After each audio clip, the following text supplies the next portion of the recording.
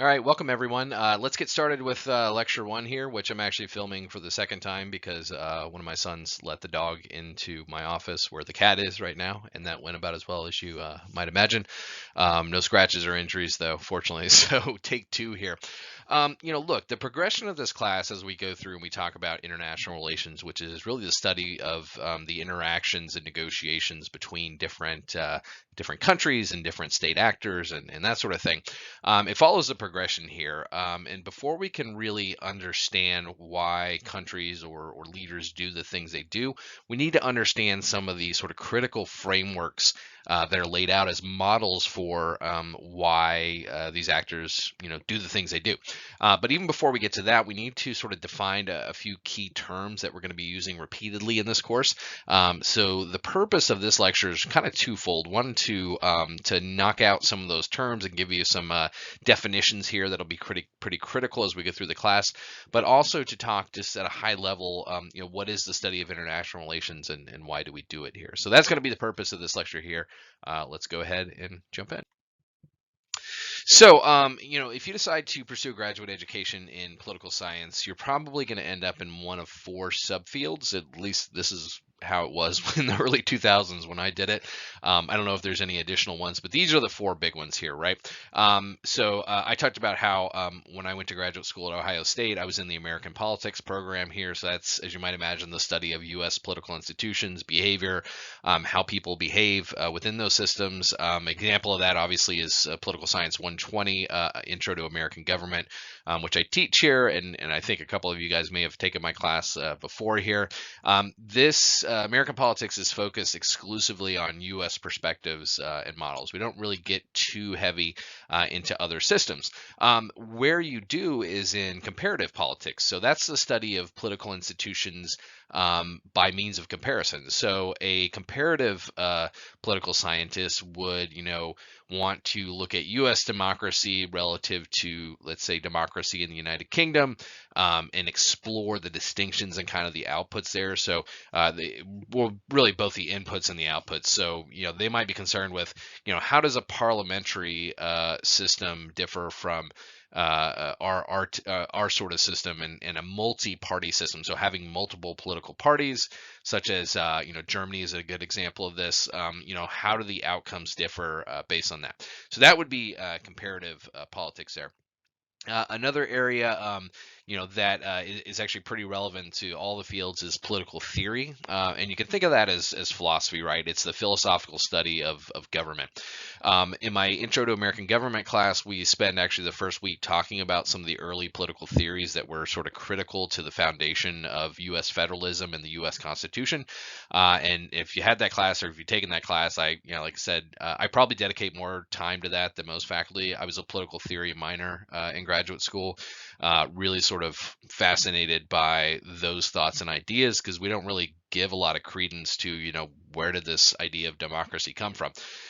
So political theory, be concerned with that. They explore topics such as the nature of politics and human behavior in political systems, and human desires. What do people, essentially want? These ideas of what it is to be free, liberty, justice, law, the fundamental rights. These are topics that are covered in political theory. And it's largely a branch of both, again, philosophy and political science. Political science as a field really didn't emerge until the kind of, say, halfway through, we'll say the 1950s, give or take. If you go back before then, the social sciences weren't really much of a thing. I mean, there was some work in sort of psychology, but largely political science sort of emerged from economics. And so that's why, if you go to graduate school in political science, I mean, half my faculty members were economists, actually, because so many of the models that we use in political science come from economics. So fun fact there. And then that brings us to international relations. So I had many friends in graduate school that were on the international relations track. And that is the study of interaction between nation states and states, and between non-governmental organizations and nation states. And we'll talk about all those definitions a little bit today, but throughout the course of this class. This is a focus on how countries engage other countries and actors outside of their borders, because it's wholly unique and different than how we engage with our own citizens or organizations within our government here. So it's a little bit more, I would say, dynamic of a field compared to particularly to political theory and comparative politics, because it's an evolution. It's changing, right? It's nice for them because they have a lot to talk about because things are always changing. So those are the sort of four broad fields. The ones I've shaded in gray here are really kind of what we're going to pull from this course, a little bit less from American politics. So why do we study this? Look, I can give you the canned answer here of, make you a sort of better, more well-rounded person, and it's truly important here. But it is important to expand our understanding of the world beyond our American-centric perspective. So I'll talk about my own travels at various points here in this class here, but it's important to note really it wasn't until my mid 30s that I had kind of left the country. I'd done a couple of sort of holiday trips, but when you're traveling for business and you're interacting with people, not on a sort of in a vacation context, you really learn a lot, and then you realize how much you don't know and didn't know for so long. And so hopefully many of you have had that opportunity to travel the world and understand other cultures, but particularly if you're doing business with them or otherwise engaged in relations, it's really good to understand sort of the historical and current context for which you're doing that. Obviously, in a democratic system, it's very important that we are informed voters and participants in our own democratic society. So the democracy needs us to be informed. And so this is one of the ways in which we do that, to understand the history of our relations with other countries and their relations with others here. You gain knowledge for the benefit of, like I said, employment and advancement in this increasingly globalized world. Like I said, I work in the aviation industry, and it's, it is a global industry, right? Airplanes are flying all around the world. I work with airline partners, on both sides of the ocean and in Latin America as well. And so, particularly, we'll talk about multinational companies. Like so many of the companies that many of you will work for, will have a large international presence, and that will require a certain amount of knowledge on your part. We want to identify the root causes and potential effects of international actions and decisions, right? So particularly as voters, if there's a proposal to do something, we want to be able to estimate sort of what the effects of that are going to be. And then just to become better leaders through the study of unfamiliar institutions. So just as, whether it's a leader in the business world, in your industry, or, even just sort of within your family or community, right? If you understand these other institutions and kind of how they work, it gives you more sort of sense into the things going on in your own life. So there's my big pitch for international relations. We're going to talk a lot in this class about globalization, because really you don't have international relations without globalization. This term refers to the process by which societies over time have experienced increased interconnectedness. So we're more connected to other countries and parts of the world than we've ever been before. We measure this by the extent to which things that happen in one part of the world affect people in others. So obviously we know, and we'll talk about in this class, how our financial markets are heavily intertwined. So a fallout in the European stock markets will absolutely hit the U.S. market increasingly, and we'll talk about in this class too.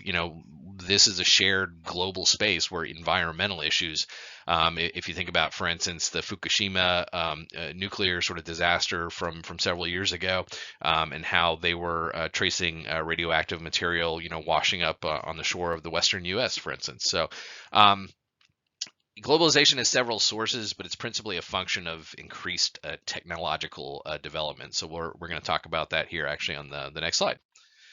So what are the things that have contributed to increasing globalization? Well, initially, really, it was transoceanic shipping. That was one of the biggest things, when we were able to put products onto a boat.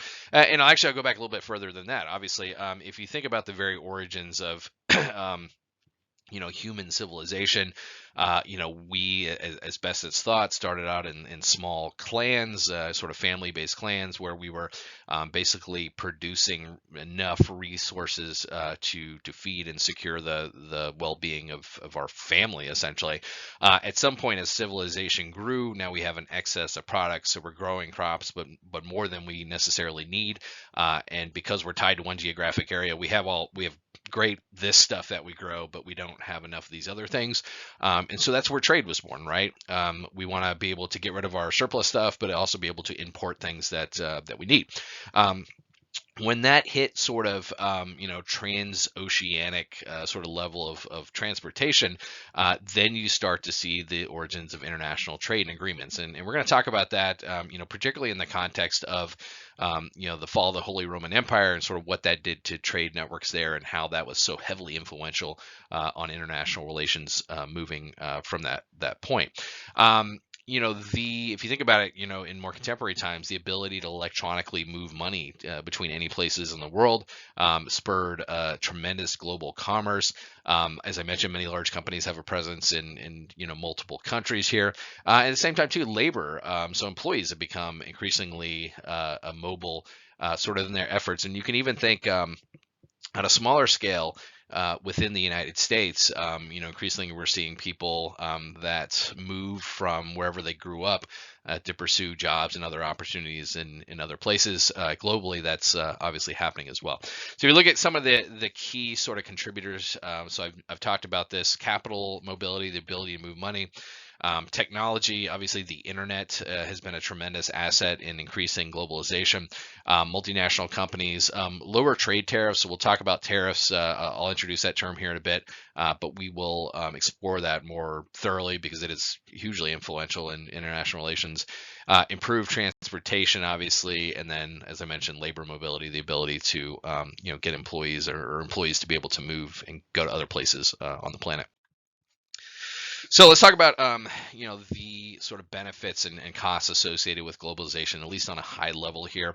Some of the pros. So we have greater access to goods and services now, right? I was joking with someone the other day. TVs are so super cheap. That was one of the first real adult purchases I made. When I got out of graduate school, was like $1,200 on this TV. It wasn't even flat screen at the time there. And so we were laughing. I think I was telling my kids, because we were in Target or something, and I was like, it's stupid how cheap TVs are. But that's because they can obviously be produced internationally and manufactured internationally and then shipped. So we have, obviously in our day-to-day lives, particularly if you look at a service such as Amazon, where, items produced in other parts of the world can be shipped to you very quickly. Globalization has made those resources available to us. It's very much a vehicle of social justice and aid, and we'll talk about this in the sense that, we, through technology, are increasingly more aware of things that are going on in the world. Naturally, one of the unfortunate contributors to, the atrocities that occurred during the period of World War II, thinking specifically about, for instance, the Holocaust, is that, obviously we didn't live in a world where you had social media or where you had globalized news that was able to identify what was going on and then spread that story to make people aware of it. So that allows us to do that. It increases, our cultural empathy in a lot of ways, right? So it's very easy to not, be concerned about people in other parts of the world when you don't know their story. One of the great things about the current media environment is that, I can go on to Netflix and watch a documentary about circumstances in other parts of the world, and then develop that empathy that then sort of guides, my political actions, how I vote, that sort of thing. And then obviously we share technology and values, right? And this can go, one way or the other, right? There are technologies, particularly if you look at those that have been adopted in principally agricultural based, poor parts of the world. We can help them manufacture more food and products to feed their people. At the same time, too, there's criticisms, and we'll talk about this in this course as well, that maybe some countries don't necessarily want the values that that have come along with that. If you grew up as a kid in the 80s, it was one of the big stories is when McDonald's opened its first restaurant in Russia, right? And so there was responses on on either side of, is this from the Russian perspective, are we becoming too pro-capitalism and pro-West? At the same time, too, it was a pretty big deal to be able to get a Big Mac there. What are some of the issues that have been identified with globalization here? Well, you have a rise of global problems and issues now, right? So, obviously, we'll talk about the conflict in Ukraine as a model in this course quite a bit. Obviously, globalization and our dependence upon Eastern Europe as a NATO protection bloc there has increased our sort of the salience of that conflict in U.S. international relations. It's more important to us because we are more heavily dependent upon that part of the world for a variety of reasons here. You have the backlash of nationalism. So we'll talk about nationalism extensively in this course here. But this is the concept of, some individuals kind of reject the increasing globalization of the world because they feel like it takes away from their national identity, or their national identity suffers as a result of this. And so even in the United States, we've seen a massive rise in sort of nationalistic backlash, really starting with the Trump administration and his kind of focus on populism and American first campaign there, which really sort of, it's debatable to the extent to which he created nationalism, or really sort of it was probably more so a vehicle for these nationalistic tendencies, people who are very, oriented towards America first, and not being involved in other parts of the world, to the extent that we can be. So that's an example that we'll talk much more about that later on here.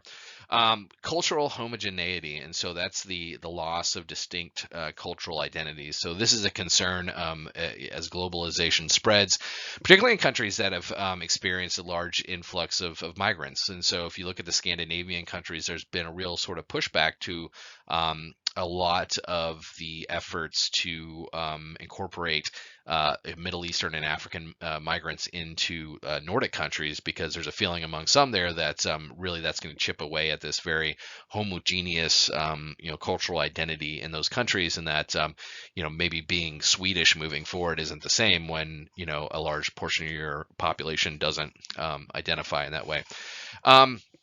And then, my last bullet point there, I actually can't read because for some reason, some part of my Outlook calendar is covering it here. But I think what I said is increased conflict around, natural resources. So we'll talk about this as well, right? Some places have things, and other places, other countries, want access to that, and that inherently creates a bed for future conflict. So let's talk about, protectionism as a response to globalization. And again, this is, similar and kind of rooted in this concept of nationalism. But protectionism refers to the government policies that restrict international trade or commerce to protect the interests of national industries or systems. So certainly, in a topic that, maybe some of you are familiar with, but in the United States, up until, about the 1970s, the U.S. had a very strong industrial economy. If you look at places like, for instance, Northeast Ohio is a good example here. I do work with the Youngstown, Ohio airport there, and actually dated a girl many, many years ago that was from there. That was a major steel area, and manufacturing in general, but they did a lot of work in steel. If you think of the area around Pittsburgh as well, same thing. Well, all of a sudden, once we started importing steel, then the value of American steel declined. Those jobs went away, and the American steel industry largely sort of collapsed. Auto manufacturing had a similar situation, right? Once we started importing foreign cars, or allowed U.S. auto manufacturers to build cars elsewhere, it harmed that industry. My wife's family were all GM workers. That was where most of them worked, and they definitely saw a decline as a response to that. On the flip side, cars are a lot cheaper. It's hard to believe because of this than what they otherwise would be if we were exclusively purchasing cars that were only built in the United States. Protectionism often sees itself manifesting in tariffs, and so one of the things that governments do that we'll talk about in this course again is impose tariffs or taxes on imported goods. And so in a lot of cases, you'll see politicians use tariffs to kind of level the playing field. So, okay, we'll take South American steel, but we're going to tax it at this level to make it a little bit more competitive with U.S. steel. That would be an example of a protectionist policy. And again, we're giving you this sort of at a 30,000 foot level, and we're going to get more deep into this here. Protectionism obviously is, like I said, rooted in nationalism, and we'll also talk in this course about how national identities evolve and change. So there are individuals who identify as I'm a citizen of the United States of America. I'm American. That's who I am. On the flip side, on the other end of the spectrum, you have people that are see themselves as a citizen of the world, right? That these state boundaries don't really define them to the same extent here. So we'll explore this all a little bit more later. We'll talk in this course about Brexit because that's another good contemporary example here. And so I don't forget to give you a code word because oftentimes I do till the very end. I'll make Brexit your code word, Brexit. So that was essentially the election in the United Kingdom where voters there decided to leave the European Union officially. And we'll talk about sort of the outcomes and effects of that a little bit later on. We need to, define the distinctions between what are known as states, nation states, and nations, because I'm going to use these terms a lot, and sometimes they get used interchangeably when maybe they shouldn't, and it could be a little bit confusing here. But in the context of international relations, we make this distinction. So you can have states that aren't nations. You can have nations that aren't necessarily states, or you can have nation states, which are states that are nations. And this will all make sense as I go through each one of these here. So what is a state? By definition, it's tied to a geographic territory. So you have to have some land and recognize political borders to be a state. You have sovereignty, which we'll talk about more here shortly and throughout this course here. So that's the idea that you have the power to rule essentially that geographic territory, that it's legitimate power, and it's recognized by other countries. That's the other important thing there. So the United States is a state because we have a clear federal border where that border is recognized by other countries, and we have sovereignty in that the U.S. government is able to rule over U.S. territories. We use, for instance, in the United States, we have 50 states, right? And we think of those as states, but under this definition, it actually wouldn't qualify because the individual U.S. states don't have absolute sovereignty. In fact, they're subservient to the federal government here.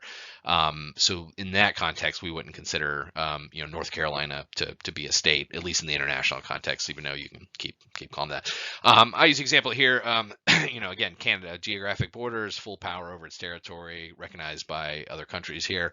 Shout out to the Red Green Show if anybody's old enough to remember that. It was on PBS. It was very much Canadian humor, and I used to watch that when we didn't have cable for many years. So let's talk about nation. Excuse me. Got a cat on my lap here. By comparison, a nation is a group of people who share a identity through a mutual culture or mutual history here. So it's not necessarily, a nation is not bound geographically. You can be comprised of a national group.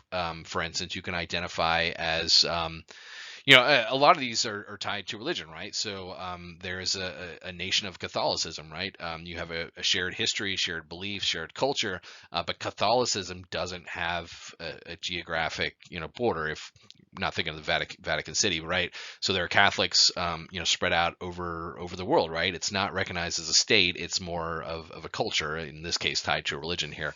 Common grounds for this, like I mentioned, religion, ethnicity, language. So, I would say being, again, it's a little more complex when you say like, the Jewish nation, right? Because if you're Jewish, obviously it's a religion, but it's an ethnic identity as well, right? But it's not tied to, you have Israel, the state of Israel, but the Jewish nation like sort of, exists because members of the Jewish faith and ethnicity, live everywhere across the world, right? So that'd be an example there. Nations often exist without a state. So I've used, for instance, the Kurds in what northern Iraq, for instance, they don't have a geographic boundary of their own country. The Roma, typically historically referred to as gypsies, but the Roma people, the they exist throughout Europe, particularly Eastern Europe, but don't have a national boundary or geographic boundary associated with that. And the Palestinians, for instance, are a cultural ethnic group that doesn't have a recognized state. So over the course of this semester, and if you've taken my American government class, you're familiar with this guy. Skeptical duck is so. Look, if I had was teaching this in a traditional setting, I would want students to be able to question me and sort of call me out on things, to understand a little bit more kind of what we're talking about and be critical of kind of what I'm teaching you, because that's sort of a good thing to be. In an online class, we don't have that, so I came up with skeptical duck by literally Google searching skeptical duck, and this magical picture arrived, and I said, this is perfect. And the purpose of the duck is he's going to challenge me over the course of the semester on things that I say. And strangely, and maybe this is a topic more for a therapist, but he's kind of a jerk about it, even though he's a creation of myself. And he's going to be very critical of me over the course of this class. And so he'll pop up in between lectures. Right now he says, hold up, Chief, you just listed Palestine as a nation without a state, but I thought there was a Palestinian state. What gives here? Yeah, so it's a little bit early to dive into Israeli-Palestinian relations and Middle Eastern politics here, but he is onto something here. So there is a there is a Palestinian state. It's recognized by 138 of the 193 members of the United Nations. Unfortunately for the Palestinians, among the countries not recognizing Palestinian statehood, the United States, United Kingdom, Canada, Australia, basically all of Western Europe there. So this is a tricky one because many of the more powerful nations on the globe don't recognize Palestinian statehood. So technically, right now, we would define them as a nation, but it's complicated. So you can have what's known as nation states, though, and so sometimes a state is predominantly comprised of a single national group, and we refer to this as a nation state. So examples of these would be Japan, for instance. So Japan qualifies as a state. It has its governmental boundaries. It has sovereignty over the Japanese islands, and if you look at the people who live in Japan, they're mostly of Japanese origin, right? They share their similar cultural and culture and history. Greece is another example of this. Portugal I've used here too. But if you look at other countries that don't qualify, think about the United States, for instance. We are generally not considered a nation state. And this will be a question at some point on exam or something. I'll ask you, is the United States a state, a nation state, or a nation? And the answer is state, because the United States is comprised of, its entire history is immigrants from other parts of the world. And I'll actually have you read some selections that will sort of debate this notion as well. And so you don't have to necessarily take my word for it here. But again, the United Kingdom, another good example where there's a large portion of that population who originate from other parts of the world. And so they carry with them their national identities. Even Israel, for instance, if you think about it, and this was a surprise to me before I really kind of looked into it, but nearly about 20% of residents in Israel are actually identify with the Islamic faith. They're classified as Muslims, and so even Israel, despite the fact that it was a country that bore out of a religion and an ethnic identity, actually wouldn't necessarily qualify, just because if you look at who actually lives in Israel, there's more diversity there than some people might otherwise think. I use the example of Iceland here, so I took a photo. I've worked with Iceland Air, the airline, on a couple occasions. I brought them. I think I mentioned I brought them here to Raleigh, but I brought them to Tampa many years before that. And so I traveled to Iceland sort of quite a bit. That's a good example of its. There are about 300,000 people that live in Iceland. Ethnically, and culturally, they are very homogeneous. They have a similar population and culture and history there, and so there's not a large influx of immigrants. There's actually quite a few temporary Polish immigrants that are doing work in Iceland, but they're temporary residents. They're not really citizens of Iceland there. So talking about some of the other actors here that we're going to discuss and study in this course, non-governmental organizations are those that don't have governing authority, but often advance specific policy objectives. So we'll talk about organizations like, Greenpeace or Doctors Without Borders. These are organizations that have an international mission, but they're not really a nation or a state. You have non-state actors that can include several types of organizations that engage in international relations but have no governing authority or don't necessarily have a policy mandate. Some of these include, multinational corporations, right? I used the example of Pepsi earlier. So Pepsi obviously engages in international relations because they need to be able to do business globally, all the way to like terrorist organizations such as Al Qaeda or global crime syndicates, right? These would be examples of non-state actors, and we'll discuss these more over time here. And then finally, I just want to mention this concept of sovereignty here. So much of the course will focus on sovereignty. It's the condition of a state having authority over its own territory and being free from higher legal authority. And it gets a little bit muddy, particularly when we start to discuss intergovernmental organizations. So organizations like the United Nations or the European Union, for instance, where sovereign states are giving up a little bit of that sovereignty to a larger, more powerful, in some cases, entity here. But recognition of sovereignty by another state often dictates, foreign policy there, right? So if I don't acknowledge the legitimacy of your government and your statehood, then I'm probably less likely to engage in international relations with you. If you look at examples of the United States, obviously, Cuba would be a good example here of part of the reason why we don't have economic ties to Cuba, or we have very weak ties that are heavily regulated by the government, is tied to our failure to acknowledge the sovereign sort of government that the Castro regime imposed in Cuba. And there's other examples in Latin America. We'll talk about some of those as well. Much of this discourse related to sovereignty falls from the decline of colonialism. So you had this system for, much of really sort of the 17th, 18th, 19th, and getting into the 20th century, where countries had colonized other parts of the world. Well, you saw decolonization take place, particularly in the 19th and 20th centuries. Mostly in the early 20th century, where these colonized territories claimed sovereignty and statehood, and a lot of that was driven by sort of nationalist sort of fervor. So again, India would be a good example of this, right? Where it was under colonial rule by the British for a long period of time, and then this nationalist desire for Indians to have their own country sort of drove decolonization in that territory there. So we'll explore sovereignty a little bit more later as well there. So that's it. That's the end of lecture 1 here. Hope you enjoyed this. I know sometimes a little tricky because we just had to kind of get some definitions out of the way there to kind of help you understand things moving forward. And this will help us as we transition into kind of these more complex models of how countries engage in one another.